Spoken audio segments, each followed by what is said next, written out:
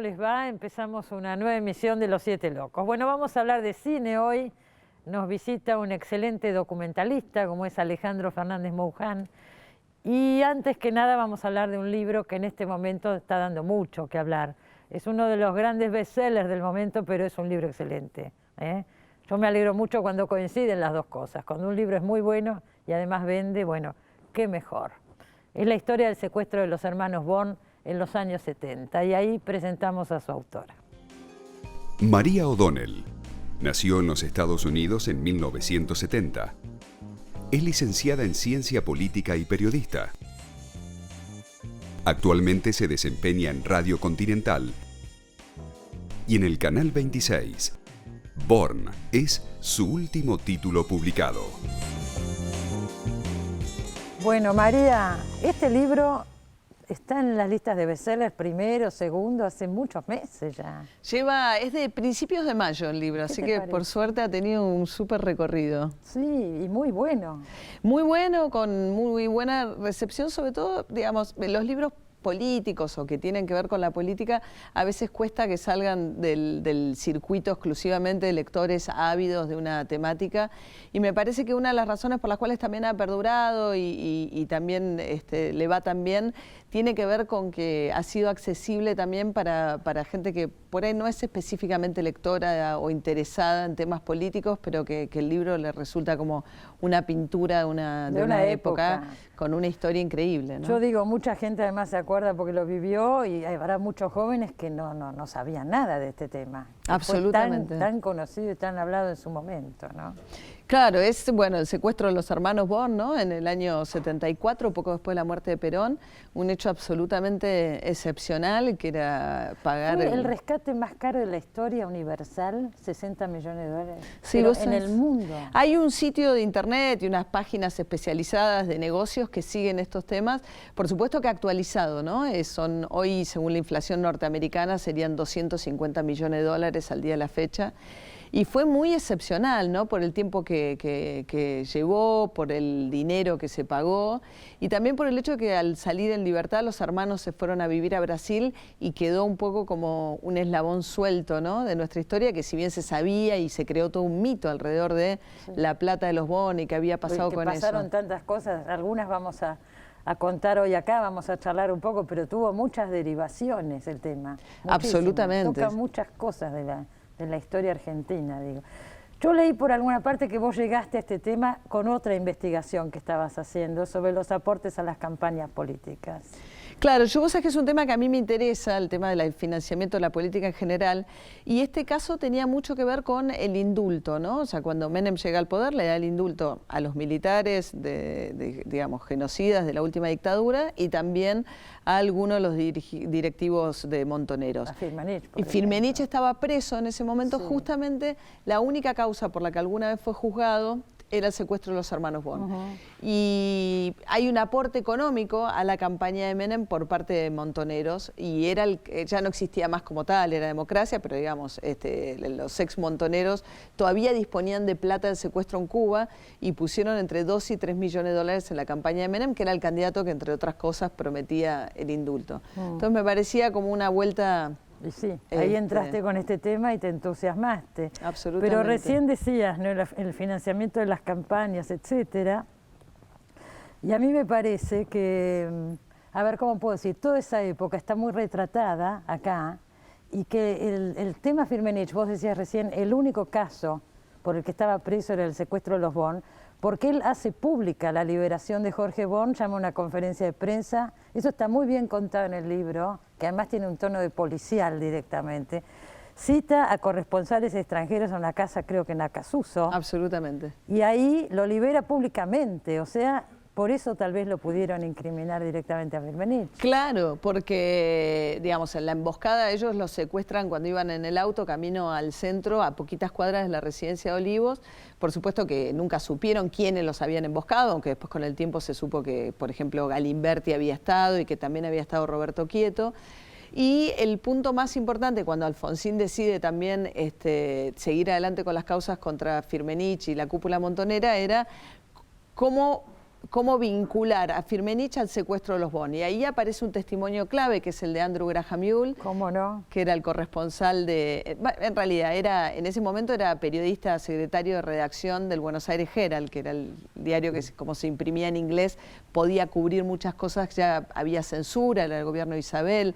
Publicaba habeas corpus, denunciaba desapariciones. Y entonces lo mandó, Alfonsín lo manda a llamar y le pide por favor, Andrew, ya se había tenido que ir a vivir a Inglaterra, en parte por las amenazas que recibía el Herald, y le pide por favor que venga a testificar diciéndole que su testimonio es absolutamente imprescindible. Y él viene. Y él viene. Fue el comienzo del juicio contra Firmenich, donde lo que cuenta Andrew Graham Yule es que él había sido testigo de ese momento en el cual da la conferencia, anuncia que tenían ese dinero y después encima pregunta, que estaba Paco Urondo en la conferencia de prensa como integrante de Montoneros, y pregunta a Paco quién quería acompañar a Bon hasta la estación donde lo iban a liberar, la estación de tren, y se ofrece Andrew Graham Yule, o sea que fue además un efectivamente... intrépido, te digo.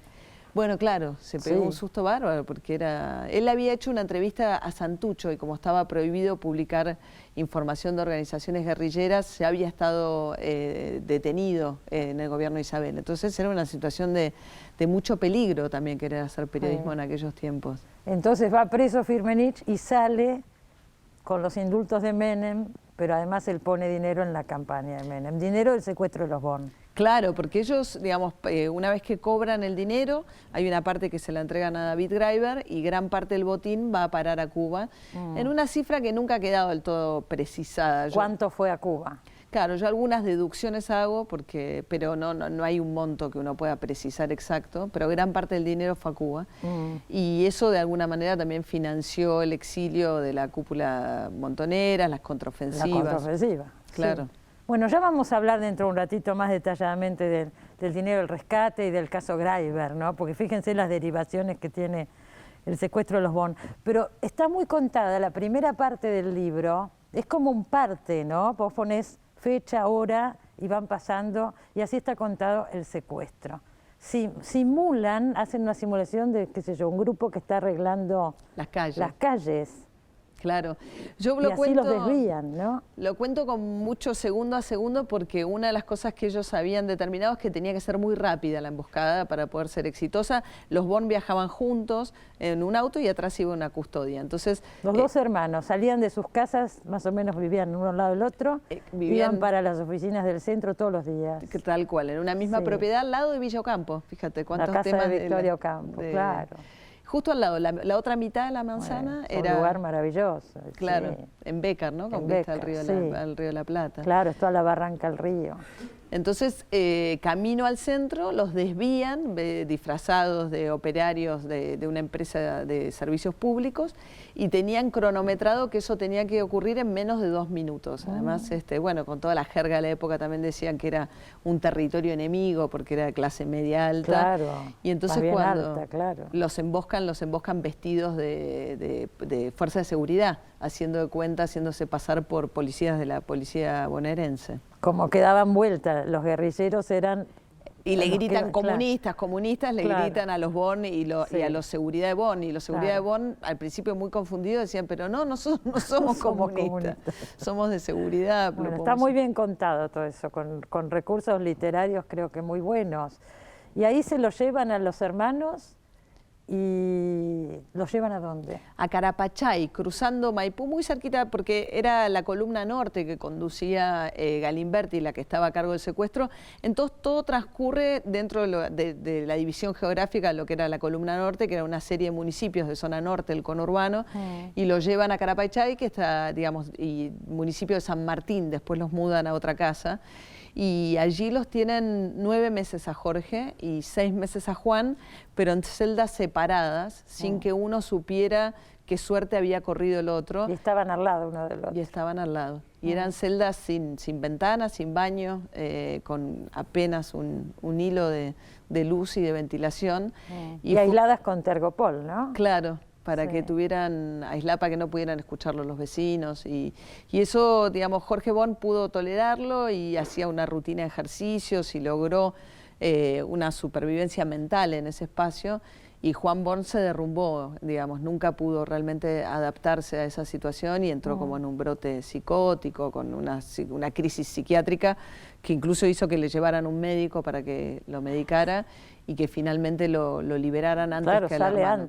Sale antes. Sí. Ahora digo, toda esa etapa, cuando ellos están ahí, hay datos que aparecen por primera vez en este libro porque por primera vez habla Jorge Born. Claro. Vos lo entrevistaste a Jorge Born. Sí, eso es un poco, me parece que lo que permite contar además la historia desde adentro, ¿no? Él dice algo que es interesante, que Montoneros tenía, por cuestiones de seguridad y cómo funcionaba la organización, la información toda compartimentada, o sea, el guardia que lo cuidaba ni siquiera sabían dónde estaban, pues lo llevaban tabicado, como se decía en la época, ¿no? Con los ojos tapados. Seguro. Y cada uno sabía solamente la porción que le tocaba desempeñar el rol, solo la información imprescindible, salvo la cúpula, ¿no? Y entonces Jorge Born dice, como ellos tenían ese sistema de información, al final el único que vio todo lo que ocurría, el único que tenía toda la información era yo. Claro. Y bueno, y es interesante, me parece también la perspectiva del cautivo y una historia relatada. Es muy fuerte la voz de Jorge Born a lo largo del libro, pero también busqué contrastarla con otras voces, ¿no? Para que no fuera tampoco... Por supuesto, entrevistaste a muchas otras personas, inclusive a algunos dirigentes montoneros. Sí, sí, Roberto Perdía entre ellos, por ejemplo. Sí, sí, que él, porque esa imagen de fortaleza que daba Jorge Born y de haber estado tan entero psíquicamente, quise chequearla además con alguien que hubiese tenido contacto. Y coinciden. Coinciden que fue así. Acá empieza la segunda etapa, que también es muy compleja, que es la negociación por el rescate. Hay algo que dice María, que me parece bueno recalcar. Los montoneros habían secuestrado a Aramburu a principios de los 70. Fue una causa estrictamente política. Se lo juzga políticamente. En este caso hay un juicio a Born, pero el tema era dinero, lo que necesitaban en ese momento era plata, es un secuestro por plata. Absolutamente, acá es un secuestro por plata porque bueno, había muerto Perón, los montoneros por supuesto antes de la muerte de Perón ya se habían enfrentado a Perón en la Plaza de Mayo y demás y habían desafiado su conducción y deciden volver a la clandestinidad. Y como Montoneros había formado parte del proceso electoral con Cámpora y demás, todo el dinero que ellos habían juntado en su clandestinidad anterior, en secuestros extorsivos, que era una modalidad que tenía el ERP y muchas de las organizaciones guerrilleras de la época para financiarse, en ese momento estaban muy mal económicamente y estaban en una situación muy dramática que se veía que se precipitaba una situación de que podía haber un golpe, digamos, eran tiempos muy complicados. Y entonces deciden dar un gran golpe para con el financiamiento de eso asegurarse mucho tiempo de financiamiento. Y por eso eligen a los Born por su capacidad económica. Pero es cierto que después también lo embisten de un sentido político, planteando que Bungie Born era una de las grandes cerealeras y simultáneamente era un gran jugador del mercado interno con posiciones dominantes en industrias textiles, pinturas, alimentación. De todo tenían. Entonces los acusan también de haber sido parte de los grupos empresarios que apoyan el golpe contra Perón en el 55 y le hacen una serie de acusaciones en nombre del peronismo, aun cuando ya se habían peleado con Perón también, ¿no? Sí. Pero el objetivo acá era económico, absolutamente. Claro. Y eso lo capta Jorge Born, se da cuenta, porque al principio él tiene miedo de que lo maten, pero después se da cuenta que no, que se puede negociar. Eso es lo que lo salva, él dice, ¿no? Claro. En el sentido porque, claro, porque incluso Perdía me dice, nosotros también le hicimos un juicio político un poco para amedrentarlo, porque todo el mundo sabía cómo había terminado el juicio político con Aramburu, con su fusilamiento, ¿no? Y entonces también Perdía dice, como era un secuestro que sabían que se iba a extender en el tiempo, él dice usamos el juicio político para que pasara un poco el tiempo. Y bueno, y así es que le hacen este juicio político al cabo del cual lo condenan a pagar 60 millones de dólares. Lo condenan a pagar. Claro. Le levantan la pena de muerte a cambio de una multa. Ahora esto que vos decís, que sabían de entrada que esto iba a ser largo, todo el proceso de negociación. Por eso no secuestran al padre de los Born, que era el director de las empresas en ese momento, porque era un hombre mayor. Absolutamente. El padre tenía unos 70 años y era presidente de la compañía. Se estaba por jubilar. Era una compañía donde había, si bien se llama Bungie Born, eran los Born y los Hirsch. Los Bunge se habían vuelto a Bélgica hacía muchos años. Porque eran de origen belga, ¿no es cierto? Claro. Bunge también. Ellos empiezan, claro, como comerciantes de granos en el puerto de Amberes y deciden venir al lugar que les proveía de esos granos, porque entienden que ahí había el futuro de la riqueza y se vienen para acá. Claro. Y entonces, si bien eran Bunge y Bonn, la familia eran los Bonn y los Hirsch. El presidente era Bonn y el vicepresidente era Hirsch. Y los hermanos... Mario Hirsch. Sí. Y los hermanos recién empezaban a tenían 40 y 39 años, y recién empezaban a tener puestos directivos destacados en la compañía, pero Montoneros evaluó que al tener 40 años iban a soportar mucho mejor un cautiverio largo que el padre, que era un hombre ya pasado los 70 años, ¿no? Y ahí se llevan la primera sorpresa los Montoneros, porque tratan de contactar a Jorge Bonn padre, que no los atiende.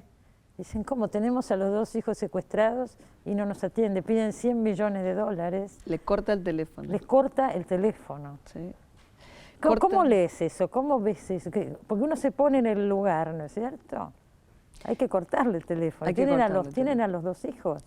Bueno, me parece que esa es una de las cosas que a mí me interesó el libro también. Tiene un aspecto humano, hay como una historia padre-hijo bastante universal, que me parece que funciona también como un atractivo y que yo procuré que fuese un punto fuerte del relato, porque me interesaba mucho el vínculo también de ese hijo que en lugar de sentirse defraudado cuando los Montoneros le dicen, ¿de qué están hechos ustedes? Su padre me corta el teléfono.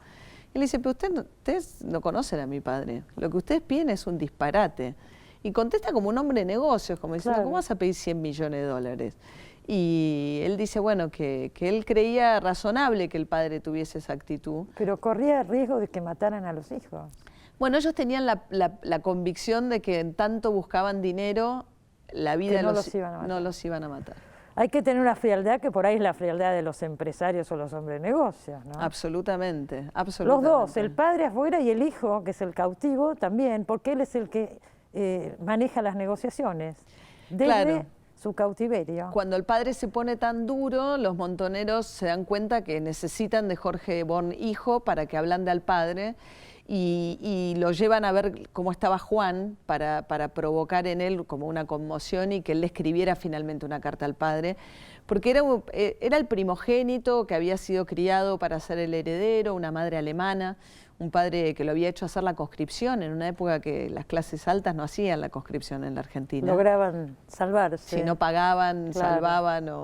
Y estos hicieron la conscripción. Un año y medio había hecho él porque había pedido prórroga para ir a estudiar a una universidad en el extranjero y entonces le pusieron penalidad incluso. Y justo le tocó hacer la conscripción con el levantamiento de Valle, cuando sale Aramburu, digamos, a fusilar ordena primero fusilar a Valle y después los fusilamientos ilegales en José León Suárez, ¿no? Los que escribe Rodolfo Walsh. Que estuvo dentro del equipo de inteligencia que hizo el relevamiento previo al secuestro de los Bonn, ¿no? También, todo, por eso son muchas derivaciones de esta historia, toca muchos temas, sí. Sí, sí, y bueno, él un hombre que carga hoy una culpa con el padre, a mí me parece muy curioso eso también, es un hombre que tiene todavía hoy una gran veneración y un sentido de que su destino se torció, que sobrevivió y fue fuerte, pero finalmente incluso, bueno, el imperio Bunge y Bonn se desmorona, siguen siendo gente muy rica pero es una compañía hoy que se llama Bunge Limited, que no tiene más... No es de ellos. No es de ellos. La vendieron. Ellos están en Brasil, ¿no? Ellos vendieron todas las industrias en épocas de Menem, digamos, Alba, Molinos y demás, y después hubo una pelea entre los herederos, en parte porque Bonn sale a rescatar parte de esta plata en sociedad con Galimberti. Ya vamos a hablar. Por eso también apareces. Los 90, ¿no? Claro. La famosa asociación en el programa de Susana Jiménez, terminan socios. Socios. El secuestrado con el secuestrador. Pero espera, vamos por partes, sí. Bueno, claro, lo que pasa es que eso tenía que ver con que un poco esa sociedad con Galimberti hizo que los herederos se enojaran mucho con él y anduvo muy mal los herederos de los Hirsch y de los Bonn con la compañía, y a los 57 años lo sacaron de la presidencia de la compañía. Entonces él se encuentra muy tempranamente, digamos, fuera del rol para el cual había sido... Se había preparado toda la vida. Claro, claro. Ahora, mientras estaba secuestrado, volvamos un poquito para atrás, Bonn padre manda a toda la familia al Uruguay, ¿no es cierto? A Punta del Este. A Punta del Este, los saca del medio, estarían todos muy nerviosos, supongo, y angustiados. La mujer, los hijos de Jorge Bonn hijo. Tenían 4 hijos cada uno. 4 hijos, Juan y 4 Jorge. Los manda a todos y se queda el padre acá con Mario Hirsch, supongo. A Mario Hirsch después también se tiene que ir, también por cuestiones de seguridad, porque en el momento en que el padre se había puesto muy duro, los montoneros empiezan a amenazar a otros directivos de la compañía. Y secuestran a algunos, ¿no? Matan a Muscat, matan a un directivo, como diciendo, bueno, no mataremos a tus hijos, pero todos los demás están en peligro, en tanto no aceptes Bueno, negociar ya habían con muerto nosotros. en el secuestro los que estaban sentados adelante, el chofer y un ejecutivo de la empresa. Alberto Bosch, que era Mueren, el los mejor matan. amigo de la infancia de Jorge Sí. Bon, que viajaba con él en el auto y los matan en la emboscada. Y sí. le dice, no sé, alguno de los secuestradores, de los montoneros, le dice a Bon, ¿por qué no le decís a tu madre para que hable a tu padre y por ahí nos pague y se termina esto?